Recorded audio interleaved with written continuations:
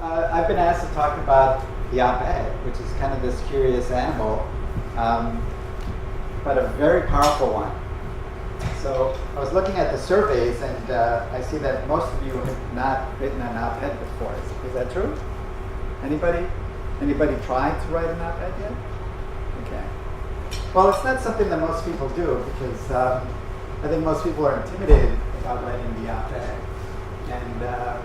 but it's something that you should think about seriously in your career as a scientist because of the power that it offers you and the fact that with the op-ed, the one thing that you remove from this whole process is the reporter, right? Which is kind of the issue that some of you scientists have, and it's an issue that I understand because I think a lot of scientists, when they see their work in print, it's like hearing your voice for the first time. It can be a very tough experience, right? And on the reporter side, usually we write the science story, an editor will edit it, and we'll fight with the editor because we know what you guys have told us in the story, but the editor has their own kind of viewpoint, which is not aligning too much with what you guys have told us, and we have to fight that. And then we have to fight this whole thing of headlines and breakout headlines that appear in these stories that concentrate on something you guys didn't think was going to be the main focus of the story, right? And that's a big issue. But with the op-ed, it's completely up to you. It's your voice mouthpiece to get your view across and also to fight for your funding and for your science. So it's a really important thing, and I think it's also important that a more diverse pool of scientists start writing op-eds. Up until recently, studies of newspapers have shown that 88%, sometimes even higher, of those that write op-eds are men. So that needs to change. So just very briefly, the op-ed is a fairly recent thing. People think it's 200 years old or whatnot, and it actually got started in the 20s at the New York Evening World as a mouthpiece for employees of the paper instead of the public. And the modern iteration stems back to 1970 when the New York Times published its first op-ed page, and it's opposite the editorial page is where the shortening of the name comes from.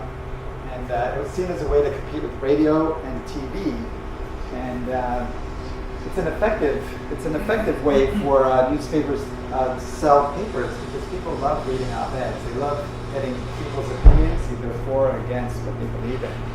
So it sells papers. And that's one thing that you should realize is that you're giving your written product to a newspaper, and the paper has a commitment to journalism and high standards, but they also have to sell papers.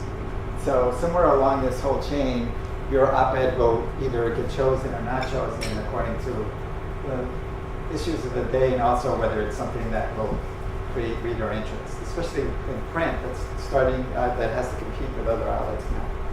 Never underestimate the fact that these people, and for all practical purposes, these people are all dead in the 1920s, whatever. But legislators read op-eds very closely.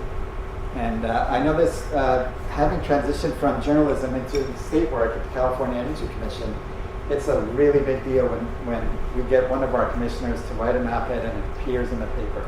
And legislators will digest that op-ed and the others, and legislative staff will put it, in Jerry Brown's daily roundup, and they'll read these very closely. So never discount the power of the op-ed. It's a very, very powerful tool, and people do read them.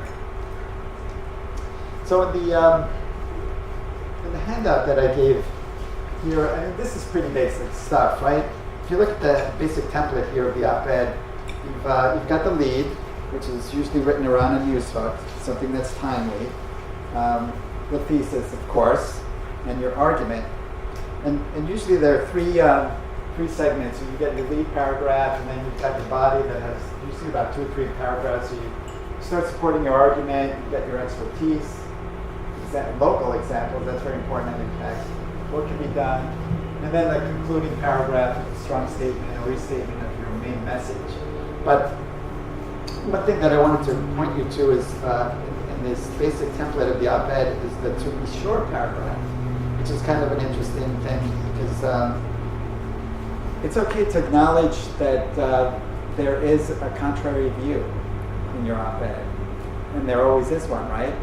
And that kind of gives a certain weight to your op-ed, I think, if you can acknowledge that, especially for those that do not agree with your case. The fact that you're stating it and people are reading it and realizing that you know what the contrary view is and you can speak about it intelligently will give you validity with people that don't agree with you, which is something that you kind of want for your op-ed, right? You don't necessarily want to preach the converted, so keep that in mind. And you guys know the difference between an op-ed and a letter to the editor, right? So an op-ed is you're advocating for a claim and or some argument and you're stating why. Where a letter to the editor is more like a reactionary piece of writing responding to something that appeared in the paper. So, and that's what LT means, letter to the editor. So, again, identify your main points and messages you want to convey, and then identify the relevance that the message has to your audience. So always define the goal. But more importantly, you have to take a position, right? And this is always the hardest thing for scientists with op-eds. It's like, do I take this position? Because the one thing that you do open yourself up with an op-ed is people that will attack your op-ed and that's a subsequent op-ed. So you have to be prepared for that because you're opening yourself up. It's like people that put up wiki pages on themselves, right? They don't realize that someone can come in and unearth really unseemly things about their past and put it in the wiki page. So remember that you are opening up a dialogue, and you have to be okay with that. And ask yourself, is it a fresh approach to this issue? If you're talking about climate change, do you really want to talk about degrees Celsius that the climate has increased? Do you think that's a fresh approach? Not really, right? So find a fresh approach, and we'll talk about that a little bit. Is the tone respectful? Of course, you want to be respectful, right? You don't want to come across as someone with this huge axe to grind that it's all about agenda. And can the message be expressed as a single point? And that's important because you want people to be able to relay what you've said to other people as well, right? Word of mouth. And that's something that people hammer away in screenwriting all the time. Can you tell the story of your screenplay or movie in one sentence? If you were in the same elevator with Steven Spielberg, and he said, "So what are you writing?" You have to be able to rattle that off without even thinking, right? This is the same thing. You have to be able to express that message as a single point, both for yourself and for your op-ed. So the hook is very important. Why the argument and why now? So for something like climate change, it couldn't just be about climate change. It would have to be about a certain particular factor that's at play at the moment. Or if it's about funding, it would have to be about something that is coming up for funding in the legislature or Congress. So that's going to be very important as far as you getting a successful op-ed placed at the newspaper. Be local. So what's the target community that you're shooting for here? So if you have an op-ed, are you shooting for, San Diego, or are you shooting for the West Coast? Obviously, if you're talking about sea level wise, these guys aren't going to care about that, right? So you have to be very specific about where you want to place the op-ed and why. Local is very important, especially policy makers. If it's a California issue, you want to place your op-ed at the Sacramento Bee, right? Because it's the paper of record in some ways for the politics of the day in California. So frame your research so that it resonates with people's lives and values. That's probably one of the most important things that you need to remember with an op-ed. It has to resonate with someone, so it has to matter to them. So I'm going to go out on the conceptual ledge here and talk a little bit about what resonation means here. So consider these following sentences here. Make believe that these are arguments that you're making in an op-ed. So who built the boat? And who flew the kite? Anybody have a photographic memory? So you understood the sentences, right? Pretty plain sentence. But it's hard to remember them. So if you think about resonating with people, you have to think about their lives, how they live their lives, and what's important to them, right? So here's an example of how resonation would work in that.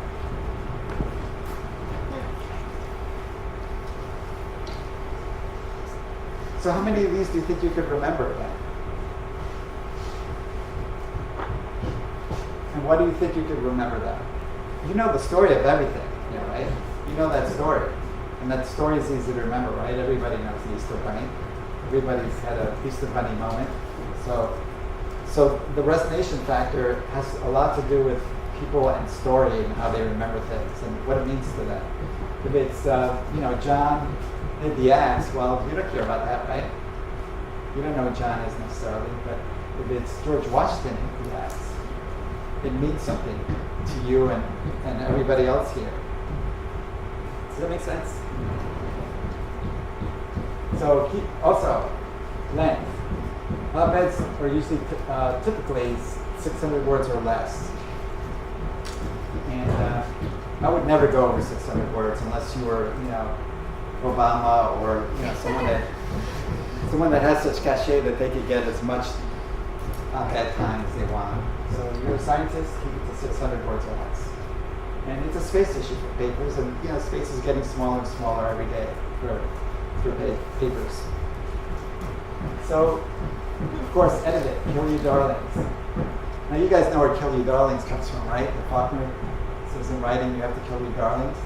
So you have to take the things that you care most about, which is probably data and the science, and if it doesn't work in your op-ed as something that can be read and digested by the public, get rid of it. What if you don't want to kill your darlings? Then no one's going to care, right? That editor is not going to care about it. So you want to get placed. Also, listen to what others say about an issue, especially those that disagree with you. And I say that's really important because you'll almost always learn something really interesting about an issue if you really listen to the contrary argument. So if you have this kind of paradigm, it's not going to go well. And it's going to seem like an agenda piece. Data is problematic for an op-ed, I think. And you should have some data in there, but it shouldn't be prominent. And a lot of op-eds fail because scientists write an op-ed filled with lots of data. And being a non-scientist, when I start reading data, it just becomes this fog in my brain, and I just cannot make sense of it because I'm not a numbers guy. So I would say avoid it if you can, or if you have data, find a way to apply the story resonation aspect to your data and find what that is and put it in your op-ed. So I'll ask you this, is this an argument or a story? We've got a graph here. How big a problem racism is in society today? Would you say there's a story there?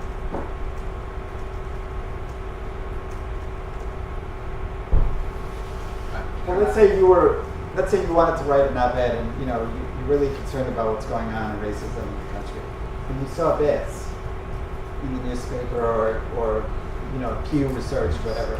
Would you say, "Wow, this is my story"? I would ask you, does this tell a story? More so than the other one? Yeah, it's the people thing, right? You're not talking about numbers anymore. You're talking about emotions and tragedy. So what are people want in op-eds when they read them, they want to have faith in you, right? But they're spending 10 minutes of their day reading this op-ed. And they don't want, people don't want data, and they don't necessarily want too many facts from you, believe it or not. I mean, it's good to have them in there, but that's not why they're going in reading your op-ed.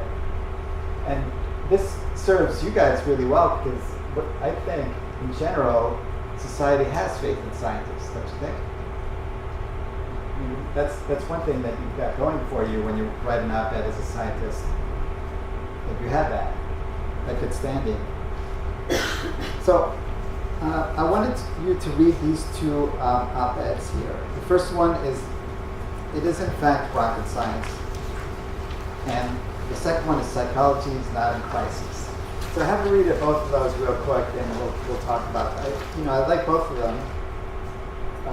I find the psychology is not in crisis kind of an interesting read, not being a scientist, because of what I've learned about replication. But if I was a general reader, I would be far more moved by the it is in fact rocket science. And it's an important point, because the psychology is not in crisis. It starts out an initiative called the Reproducibility Project at the Center for Open Science in Charlottesville, Virginia. Recently ran 100 psychology experiments and found that 60% of them failed to replicate. I could barely read that without stumbling. So think of how that plays in your brain when you're reading it. In those 5 seconds, you're going to go to the whatever else on the page is there that might interest you. So you don't want that, right? But think of how easy it is to read a story about something, which is what this guy, Leonard, is doing. I don't know how to pronounce that last name yet. So stories are going to be very important to you. So how do you have people with create faith in your op-ed? Story. Objective data will not persuade like subjective data. When we're talking subjective, we're talking story, right? We've got the 14-year-old here talking to her dad, and he's using that as the entryway for your brain to get into this argument that person's making.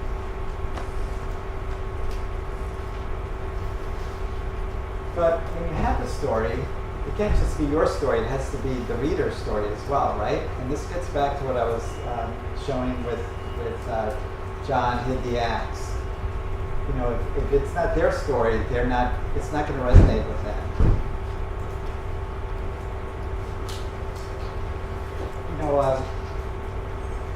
There was this interesting study that was done in 2011 where they used the speaker's spatiotemporal brain activity to model the brain activity of a listener.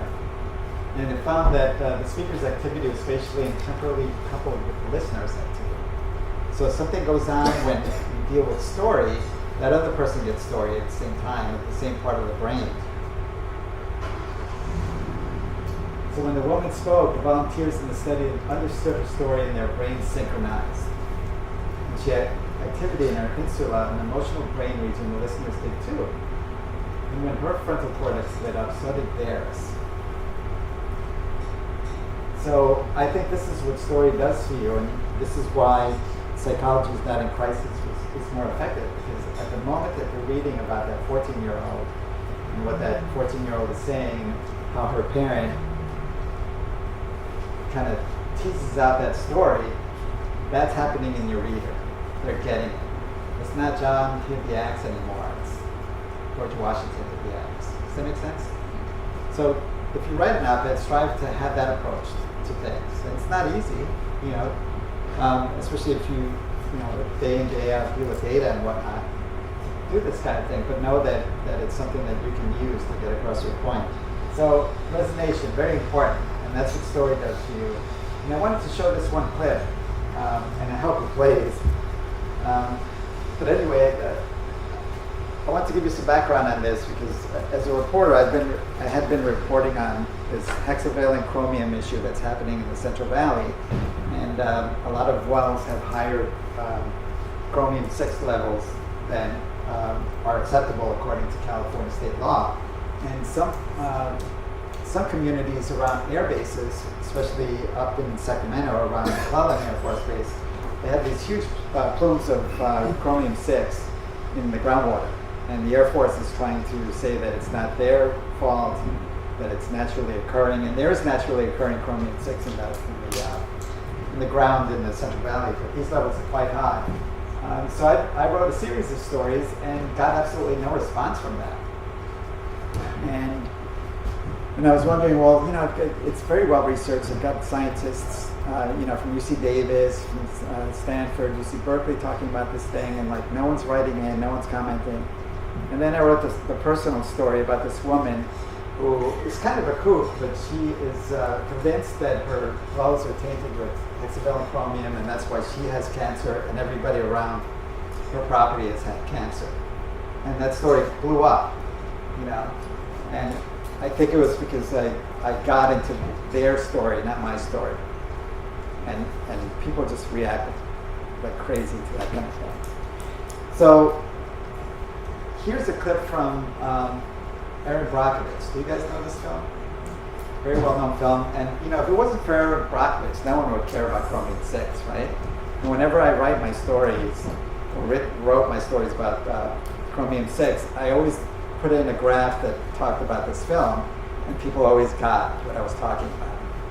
So it made it really easy. So I would say in this scene, if it plays, there's a very interesting thing that goes on here with a glass of water, and the glass of water is the resonation in this scene that drives the idea home to this other litigator. So, she's got this argument. She's not using data to make a point here. She's making it personal. Your spine, your uterus, and she has the water idea planted in her brain, and it becomes personal to her. It becomes her story now, right? She's drinking the water. So always seek to do that, to make your op-ed or any of your writing that you do for a general audience relevant to them and resonate with them. It's got to mean something to them, otherwise people are not going to care. For legislators, if you have a funding issue, it's got to care for them because they have to get reelected, right? That kind of thing. So that's very important.